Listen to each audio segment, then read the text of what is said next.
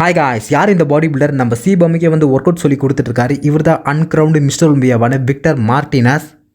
ரொம்பவே under ரேட்டடான body builder. எதுக்கு இந்த பாடி பில்டரை பற்றி இப்போ நம்ம சேனலில் பார்க்க போகிறோன்னா, நிறைய பேருக்கு இவரை பற்றி தெரியாது. கண்டிப்பாக இவரை பற்றி தெரிஞ்சுக்கோங்க. இவரோட மோட்டிவேஷனல் ஸ்டோரியை தான் கம்ப்ளீட்டாக இந்த வீடியோவில் பார்க்க போகிறோம்.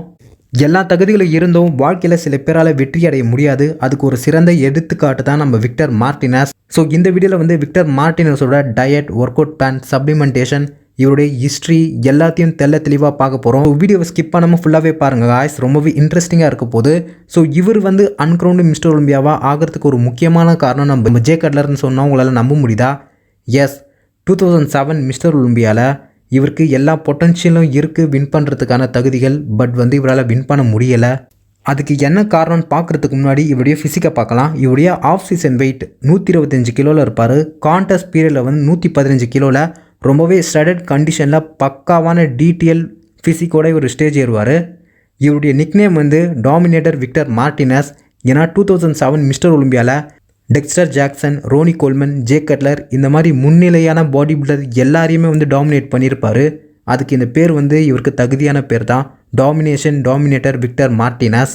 ஸோ 2000 மிஸ்டர் ஒலிம்பியாவில் இவர் ப்ரெசென்ட் பண்ண ஃபிசிக் வந்து one of the best physique இந்த பாடி பில்டிங் ஹிஸ்ட்ரின்னு சொல்லலாம். அந்த ஃபிசிக்கை வந்து நான் இங்கே காட்டுறேன். ஜஸ்ட்டு ஸ்டாண்டிங் ரிலாக்ஸ் போஸ்ட்லேயே அவருடைய வி ஷேப்பை பாருங்கள். எவ்வளவு ஃபுல்லராக திக்கான செஸ்ட்டோட, திக்கான காஃப் தசைகளோட ரொம்பவே அழகாக கண்ணுக்கு ப்ளசண்ட்டாக இருக்கார். எடுத்துக்காட்டாக அவருடைய பேக் மசில் வந்து ரொம்பவே அட்டகாசமாக டெவலப் பண்ணியிருப்பார். அவர் பேக் சைடில் போசிங் பண்ணுறப்ப, பேக் டபுள் ஆர்ம் போஸ், அதுக்கப்புறம் பேக் லாட் ஸ்ப்ரெட்டில் அவர் போசிங் பண்ணுறப்ப ஆடியன்ஸ் வந்து ரொம்பவே க்ரேஸியாக போயிட்டாங்க. ஏன்னா அவருடைய கண்டிஷனிங் ரொம்பவே பீக்காக இருந்துச்சு 2007. 2007 மிஸ்டர் ஒலிம்பியா ப்ரீ ஜட்ஜிங், அதுக்கப்புறம் ஃபைனல் போஸ்ட் ஒன்று ரெண்டுத்துலேயும் இவர் தான் வந்து வின் பண்ணுவார்னு ஆல்மோஸ்ட் எல்லாருமே டிசைட் பண்ணிட்டாங்க. அவர் எடுத்துகிட்டு வந்த சைஸ், ப்ரொப்போர்ஷன், சிமிட்ரி, கட்ஸ் எல்லாமே பெஸ்ட்டு காம்பினேஷனில் இருந்துச்சு. அவருடைய ஃபிசிக் அந்த வீடியோவை நான் இங்கே ஆட் பண்ணுறேன் பாருங்கள். ரொம்பவே கான்ஃபிடெண்ட்டாக அவர் போஸ்ட் பண்ணுறப்ப அவருடைய மசில் ஃபைபர்லாம் ஸ்ப்ளிட் ஆகி தனித்தனியாக தெரியும். வாவ், ரொம்பவே அமேசிங்கான ஃபிசிக். நம்ம ரோனி கோல்மனை 4வது இடத்துக்கு தள்ளிடுறாரு. டெக்ஸ்டர் ஜாக்சனை 3வது இடத்துக்கு தள்ளிடுறாரு.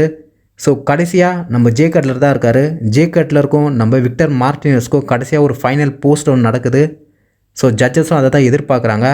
ஃபஸ்ட்டு நம்ம ஃப்ரண்ட் டபுள் பைசப் போஸை பார்க்கலாம். நம்ம விக்டர் மார்டினஸை பாருங்கள். எவ்வளோ பர்ஃபெக்டான வி ஷேப்பில் அழகான பைசப் பீக்கோட ரொம்பவே கண்டிஷனிங்காக இருந்திருப்பார். இந்த சைடு நம்ம ஜே கட்லர் பாருங்கள், ரொம்பவே ஒய்டராக இருப்பார். ஸ்டில் பெட்டர் பைசப் தான், பட் கண்டிஷனிங் வரப்போ ரொம்பவே ஆஃபாக இருந்திருப்பார். விக்டர் மார்டினஸோட ஃபிசிக் வந்து கண்ணுக்கு பார்க்க ரொம்பவே ப்ளசண்ட்டாக இருக்கும். ஸோ இந்த போஸ்டிங்கில் வந்து நம்ம விக்டர் மார்டினஸ் வின் பண்ணிடுறாரு.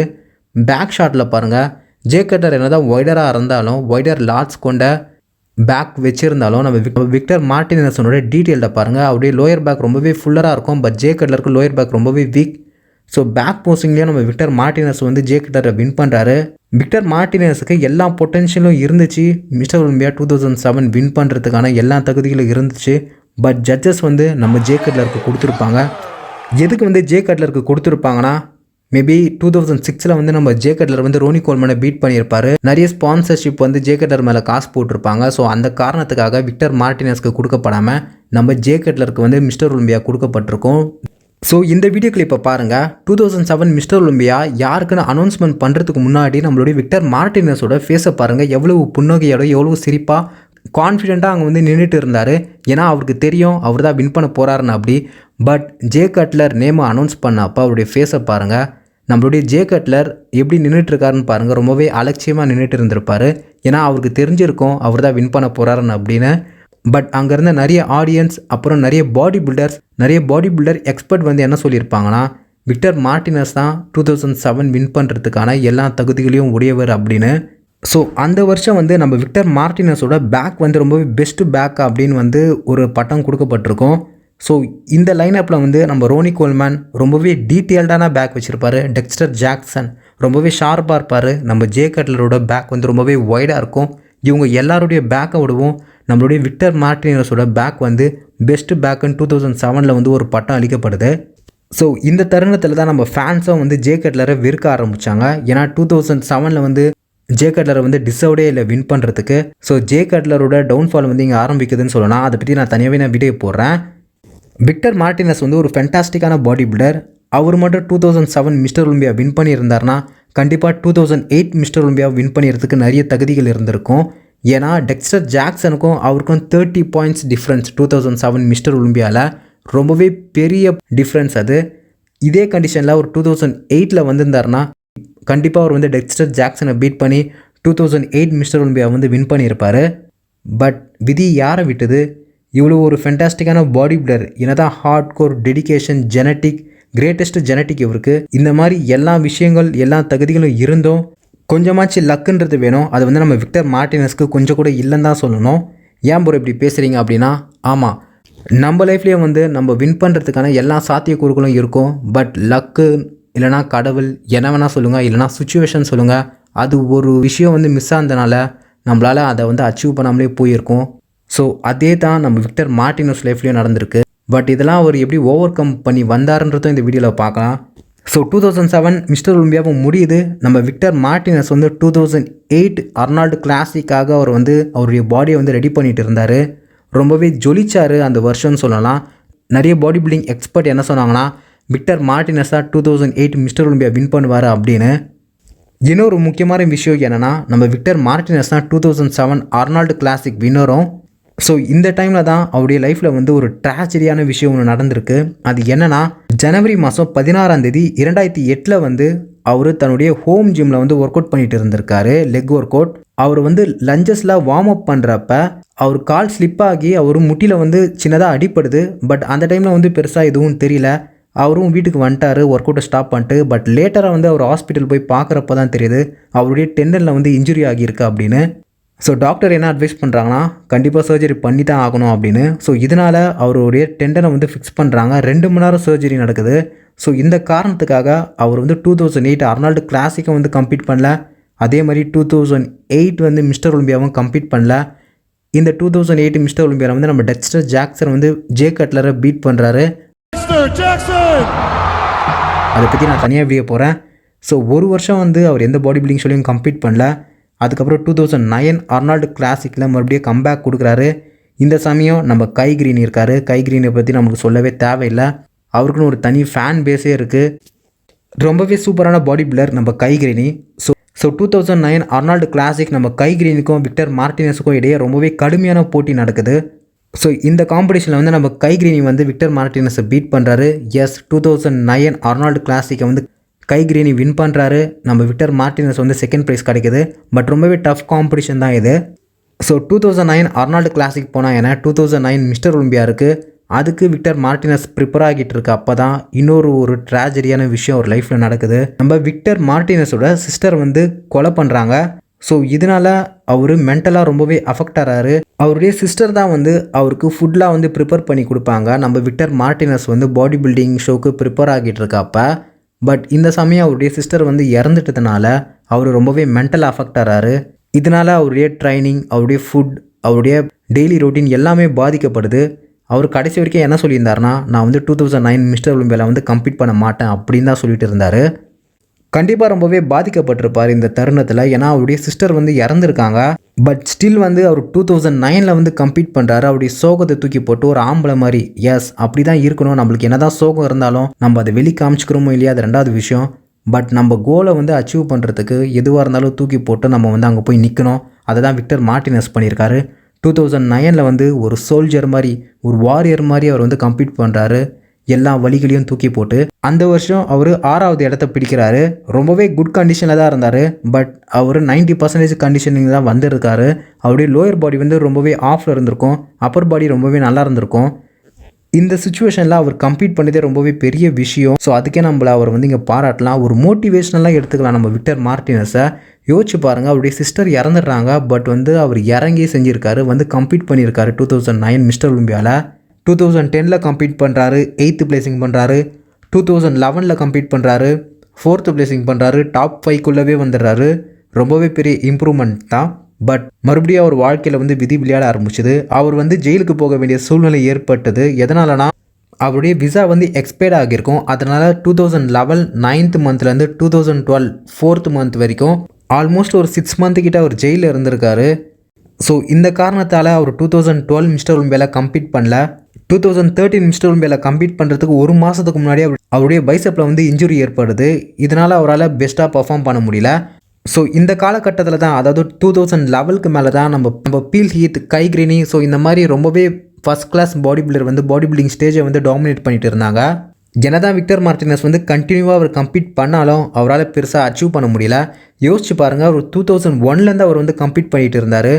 அவருடைய பெஸ்ட்டு பீக்கை வந்து அச்சீவ் பண்ணுறதுக்கு ஆல்மோஸ்ட் ஒரு 7 இயர்ஸ் கிட்ட ஆயிடுச்சு. 2007ல் தான் அவர் வந்து மிஸ்டர் ஒலிம்பியா வின் பண்ணுறதுக்கான எல்லா தகுதிகளும் அவருக்கு இருந்துச்சு. வின் பண்ணியிருந்தானா 2007-8 கண்டிப்பாக அவர் வின் பண்ணியிருக்கலாம். பட் அன்ஃபார்ச்சுனேட்லி அவரால் வின் பண்ண முடியல. ஒரு பாடி பில்டர் வந்து அவருடைய பீக் அடைய அட்லீஸ்ட் ஒரு 5 to 6 இயர்னாச்சும் ஆகும். நம்ம விக்டர் மார்டினஸ்க்கு அந்த வாய்ப்புகள் கிடைச்சோம், அவரால் மிஸ்டர் ஒலிம்பியா வின் பண்ண முடியல. அதுக்கப்புறம் 2014ல் டாம்பா ப்ரோ வின் பண்ணுறாரு. அதுக்கப்புறம் கண்டினியூவாக சின்ன சின்ன ஷோஸ்லாம் வின் பண்ணுறாரு. பட் அவரால் அர்னால்டு கிளாசிக், மிஸ்டர் ஒலிம்பியா போன்ற பெரிய பட்டங்களை வின் பண்ண முடியல. அவர் கடைசியாக வந்து கம்ப்ளீட் பண்ண ஷோ வந்து 2020 அர்னால்டு கிளாசிக்கில் கம்ப்ளீட் பண்ணியிருக்காரு. 9th பிளேசிங் பண்ணியிருக்காரு. சரி, ஓகே, நம்ம விக்டர் மார்டினஸ் எந்த மாதிரி டயட், அதுக்கப்புறம் எந்த மாதிரி சப்ளிமெண்ட் எடுத்துக்கினாருன்றதை பார்ப்போம். அவர் 2007 மிஸ்டர் ஒலிம்பியாவில் கம்ப்ளீட் பண்ணுறப்ப அவருடைய ப்ரீ கான்டெஸ்ட் டயட் என்னவா இருந்துச்சுன்னா, மார்னிங் ஒரு ஃபேட் பர்னர், அதுக்கப்புறம் 6 கிராம் குளூட்டமின். ஸோ அவர் ஃபேட் பர்னரை பற்றி என்ன சொல்கிறாருன்னா, ஃபேட் பர்னர் வந்து நம்மளுடைய ஃபேட்டை மட்டும் மெல்ட் ஆக்காது, அது நம்மளுக்கு பவர்ஃபுல், அதுக்கப்புறம் எனர்ஜியை கொடுக்கும். குளூட்டமின் வந்து நம்மளுடைய மசிலை வந்து ப்ரிசர்வ் பண்ணுறதுக்கு ரொம்பவே ஹெல்ப்ஃபுல்லாக இருக்கும் நம்ம கார்டியோ பண்ணுறப்ப. விக்டர் மார்டினஸோட ஃபஸ்ட்டு மீல் என்னவா இருக்குன்னா 84 கிராம் ஆஃப் வே ப்ரோட்டீன், அதுக்கப்புறம் ஒரு கப் வந்து ஓட்ஸ். வே ப்ரோட்டீனில் இருக்க அமினோ ஆசிட், குளூட்டமின், ஸோ இந்த மாதிரி நியூட்ரிஷன்லாம் பாடி வந்து குயிக்காக வந்து அப்சர்வ் பண்ணிக்கும். இந்த காரணத்துக்காக விக்டர் மார்டினஸ் வே ப்ரோட்டீனுக்கு ரொம்பவே முக்கியத்துவம் கொடுக்குறாரு. அதில் இருக்க கார்ப்ஸ் வந்து ஸ்லோவாக டைஜஷன் ஆகும். வே ப்ரோட்டீன் அதுக்கப்புறம் ஓட்ஸ் ரெண்டுமே கம்பைன் பண்ணி சாப்பிட்றதுனால அவருடைய பாடியில் வந்து கான்ஸ்டண்ட்டாக ப்ரோட்டீன் சப்ளை வந்து நடந்துகிட்டே இருக்கும் அப்படின்னு சொல்கிறாரு. அவருடைய செகண்ட் மீல் என்னென்னா 340 grams of chicken, 1 cup of white rice, அதுக்கப்புறம் 2 மல்டிவிட்டமின் டேப்லெட் எடுத்துப்பார். அவருடைய தேர்ட் மீல் என்னவா இருக்குன்னா 340 grams of beef, 1 cup of vegetable. Pre workout மீலாக என்ன சாப்பிட்றாருனா, அதாவது ஒர்க் அவுட்டுக்கு முன்னாடி அவர் எடுக்கக்கூடிய சப்ளிமெண்ட் வந்து ஒரு சர்விங் நைட்ரிக் ஆக்சைடு, ஒரு சர்விங் அமினோ ஆசிட், அதுக்கப்புறம் ஒரு சர்விங் கிரியேட்டின். ஸோ இது மூணுமே கம்பைன் பண்ணி எடுத்துக்கிறாரு. ஒர்க் அவுட் முடிச்சிட்டக்கு அப்புறம் அவர் என்ன சாப்பிட்றாருனா, ஒரு சர்விங் அமினோ ஆசிட், அதுக்கப்புறம் மறுபடியும் ஒரு சர்விங் கிரியேட்டின் எடுக்கிறாரு. அவருடைய ஃபோர்த் மீலில் என்ன இருக்குன்னா 84 கிராம்ஸ் ஆஃப் வே ப்ரோட்டீன். அவருடைய ஃபிஃப்த் மீலில் என்ன இருக்குன்னா 340 கிராம்ஸ் ஆஃப் பீஃப், அதுக்கப்புறம் 1 கப் ஆஃப் வெஜிடபிள், அதுக்கப்புறம் மறுபடியும் 2 மல்டிவிட்டமின் கேப்சூல் எடுத்துப்பார். அவருடைய ஆறாவது மீல், அதாவது தூங்குறதுக்கு முன்னாடி அவர் 40 grams of whey protein, 40 grams of casein, 6 gram of glutamine எடுத்துப்பார். Victor Martinez glutamine, whey protein, அதுக்கப்புறம் வந்து பீஃப், இது மூணுத்துக்கும் ரொம்பவே இம்பார்ட்டன்ஸ் கொடுக்குறவராக இருக்கார். விக்டர் மார்டினஸ்க்கு பீஃப் வந்து ரொம்பவே பிடிக்கும். Bodybuilders, young pros, or even amateurs that want to eat well. Steak is steak. It doesn't matter. Good steak is way better. Chicken இருக்கட்டும், but பீஃப்னா beef தான். விக்டர் மார்டினஸ்க்கு பீஃப் ரொம்பவே பிடிக்கும். அதனால தான் அவருடைய ப்ரீ கான்டெஸ்ட் டயட்டில் கூட 2 வாட்டி பீஃபை வந்து ஆட் பண்ணிக்கிறாரு. விக்டர் மார்டினஸ் வெஜிடபிள்ஸ் வந்து அதிகமாக எடுப்பார். ஏன்னா கான்டெஸ்ட் டைமில் வந்து கார்போஹைட்ரேட்ஸ் வந்து கம்மி பண்ணும். அந்த காரணத்துக்காக அவர் வெஜிடபிள்ஸை வந்து அதிகமாக கன்சியூம் பண்ணிப்பார், அவருடைய கார்போஹைட்ரேட்ஸ் லெவலை கம்மி பண்ணுறதுக்கு. அது மட்டும் இல்லாத வெஜிடபிள்ஸ் வந்து ரொம்பவே குட் கார்ப் தான். அவருடைய லாஸ்ட் மீலில் வந்து வே ப்ரோட்டீன், கேசைன் எல்லாத்தையும் கம்பைன் பண்ணி எடுப்பார், குளூட்டமின் எல்லாத்தையும் கம்பைன் பண்ணி எடுப்பார். ஸோ இப்படி தூங்குறதுக்கு முன்னாடி அதிகப்படியான ப்ரோட்டீன் அவர் பாடியில் கன்சியூம் பண்ணுறதுனால அவர் தூங்குறப்ப ஒரு பாடி அனபாலிக் ஸ்டேட்லேயே இருக்கும். அதே மாதிரி நம்ம விக்டர் மார்டினஸ்க்கு எக்ஸ் வந்து ரொம்பவே பிடிக்கும். நிறைய எக்ஸ் சாப்பிடுவார், நிறைய எக் ஒயிட்ஸ் சாப்பிடுவார். பட் இந்த டயட்டில் வந்து அவர் எக் ஒயிட்ஸையும் எக்கையும் பற்றி பெருசாக எதுவும் சொல்லலை. மேபி அவர் ஆஃப் சீசனில் எடுத்துருக்கலாம். We did a lot of eggs. 12 to 14 eggs. What you eat is basically for one of my forearms. Who's Dr. Berg? Yeah, honestly. So Victor Martinez லைஃப்பில் மட்டும் இந்த மாதிரி ட்ராஜடிக் இன்சிடென்ட் நடக்கலைன்னா கண்டிப்பாக அவர் வந்து ஒரு feel Heath மாதிரியான ஒரு பெட்டர் பாடி பில்டராக வளம் வர வேண்டியது. பட் அவரால் முடியல. அவருக்கு தகுதிகள் இருந்தும் அவரால் வந்து சாதிக்க முடியல. இதுக்கு காரணம் சுச்சுவேஷனாக, கடவுளாக, எதுவுமே நம்மளால் தீர்மானிக்க முடியாது. பட் அவர் பண்ண ஒரே விஷயம், அவர் வந்து குவிட் பண்ணல, கண்டினியூவாக கம்ப்ளீட் பண்ணிகிட்டே இருந்தார். 2020 வரைக்கும் அவர் கம்ப்ளீட் பண்ணிகிட்டு இருந்தார். விக்டர் மார்டினஸ் என்ன சொல்கிறாருன்னா, முடியாதுன்னு சொல்கிறவங்க பேச்சை கேட்காதீங்க, நீங்கள் வந்து வாழ்க்கையில் முன்னேறி போயிட்டே இருங்க. வாழ்க்கையில் வந்து எக்ஸ்கியூசஸை வந்து தேடாதீங்க, சொல்யூஷனை கண்டுபிடிங்க, நெவர் கிவ் அப். ஸோ அவ்வளோதான் விக்டர் மார்டினஸோட வாழ்க்கையிலேருந்து நம்ம கற்றுக்க வேண்டியது. ஸோ இப்போ உங்கள் லைஃப்பில் வந்து நிறைய ஸ்ட்ரெஸ், நிறைய வந்து சோகங்கள் இருந்திருக்கும். பட் விக்டர் மார்டினஸோட லைஃப் கூட கம்பேர் பண்ணுறப்ப அதெல்லாம் நம்மளுக்கு எதுவுமே இல்லை, அவ்வளோதான். ஸோ நம்மளும் நம்ம லைஃப்பில் வந்து முன்னேறி போகிறதுக்கான நிறைய வழிகள் இருக்குது. எக்ஸ்கியூசஸ் எல்லாம் தூக்கி போட்டு சொல்யூஷனை ஃபைண்ட் பண்ணுங்கள். முக்கியமான காரணம் எதுக்கு நான் விக்டர் மார்டினஸை பற்றி நான் வீடியோ போகிறேன்னா, ரொம்பவே அண்டர் ரேட்டட். நிறைய பேர் வந்து ரமாண்டினோவை பற்றி பேசுங்க, சாம் செலுக்கை பற்றி பேசுங்கன்னு சொல்கிறீங்க. பட் அவங்களாம் நியூ ஜெனரேஷன். ஜஸ்ட்டு நீங்கள் கூகுளில் போட்டாலே அவங்கள பற்றி எல்லா டீட்டெயில்ஸும் வரும். பட் இந்த மாதிரி ஓல்ட் ஸ்கூல் பாடி பில்டர்ஸ், இந்த மாதிரி அண்டர் ரேட்டட், இந்த மாதிரி தகுதிகள் இருந்தோ தோற்றவங்களை பற்றி நம்ம சேனலில் நம்ம பேசுகிறதுனால தான் மற்றவங்களுக்கு தெரியும். அதாவது பாடி பில்டிங் மேலே க்ரேஸியாக இருக்கவங்களுக்கு இது ஒரு ரொம்பவே யூஸ்ஃபுல்லான இன்ஃபர்மேஷனாக இருக்கும். ஸோ அதுக்கு தான் வந்து நான் ரொம்பவே செலக்டடாக வீடியோ பண்ணுறேன். ஸோ அவ்வளோதான் guys, இந்த வீடியோ ஏதாச்சும் டவுட்னா கீழே கமெண்ட்டில் கேளுங்க. ஸோ பாடி பில்டிங் இன்ஃபர்மேஷனை பற்றி தெரிஞ்சு நம்ம சேனல் சப்ஸ்கிரைப் பண்ணிடுங்க guys. தேங்க்ஸ்.